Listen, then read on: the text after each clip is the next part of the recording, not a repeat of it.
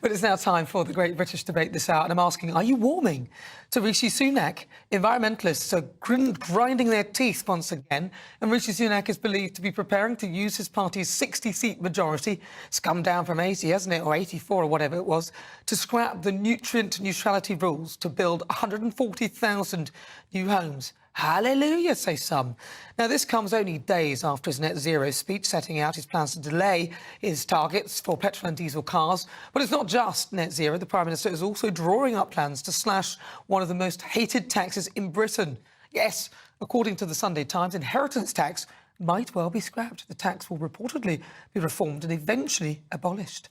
That also comes as Rishi Sunak is set to keep the triple lock on pensions despite the staggering costs of the measure.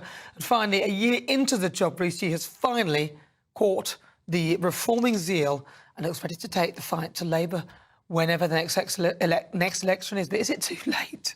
So for the Great British Debate this hour, I'm asking, are you warming to Rishi? Well, I'm joined now by Ben Habib, former Brexit Party MEP, Peter Edwards, former editor of the Labour List, Paul Embry, trade unionist and also broadcaster, Lettice Bromovsky, and political commentator. So where are they? Oh, we'll start with, we usually have a nice little box with 4 of them. Right, there we go, that's better. I can talk to you now. Right, I'm going to start with Lettice. What do you think? Look, I have a lot of respect for Rishi and what he's managed to achieve over this past year. You know, I think he was underestimated at the start through the leadership election. But ultimately, what I'm seeing at the moment is that none of his policies are aimed at the younger generation. From this past week and the tsunami of policy proposals we've seen, the triple lock being secured, inheritance tax, watering down net zero, it's not only the younger generation. So I can't really be warming to Rishi Sunak when there's nothing that's appealing towards me. OK, fair enough. Paul Embry.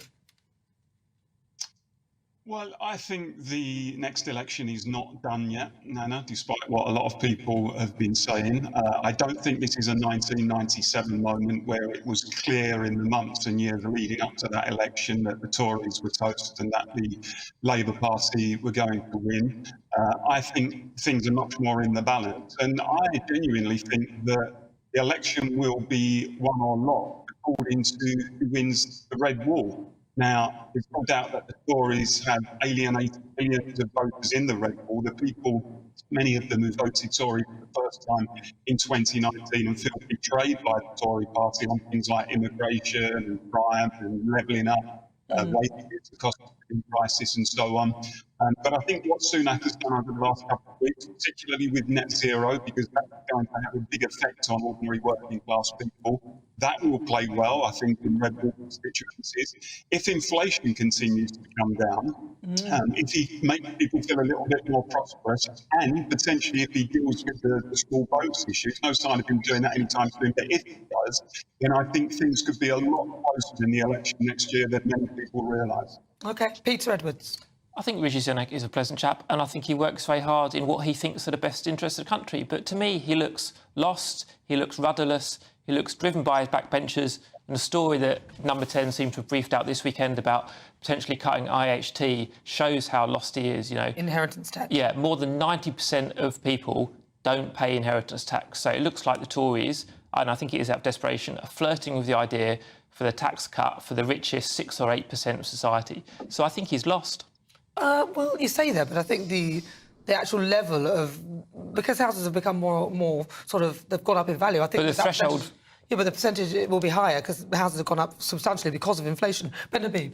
I'm not warming to Rishi Sunak. I don't think the changes he's made to internal combustion engines being banned in 2035 and oil gas boilers or oil-fired up boilers in 2035 is really going to make a difference to the consumer, because all the regulatory steps required to make those 2 items prohibitively expensive between now and 2030 remain in place. So you will see the government bearing down on the use of those 2 items between now and 2030 anyway, and you're going to see massive inflation in the cost of internal combustion engines as well as oil-fired boilers. So I think it's a falsity that, you know, by delaying the ban by 5 years, he's actually taken the knee off the neck of the consumer. Well, and the real problem I'm not warming to him, the real reason I'm not warming to him, is because he is still practising a whole set of policies that are damaging this country's economy. And I agree with Peter on the inheritance tax issue. Only 3.7%. Finally. I know, it's a very rare form of agreement. But he's also more or less got his facts right. Only 3.7% of people who die pay that tax. And while it's an iniquitous tax, actually what he should be cutting is tax on the working and middle classes. But hang on, but it's still it's just not fair, though, is it? A lot of people think, why should you have to pay all? Oh, it's a completely wrong tax. So it's the principle of it. Yeah. Lettice, I want to come back to you. So Keir Starmer has talked about 16 to 17-year-olds getting the vote and younger people being involved in politics in that respect. Does that make you warm to Sir Keir Starmer, then? No, I don't think 16 and 17-year-olds should get the vote. I don't think that's something that should go through. I think that you are too young, ultimately, at 16 years old and 17 years old to have the vote, and there needs to be a cut-off point.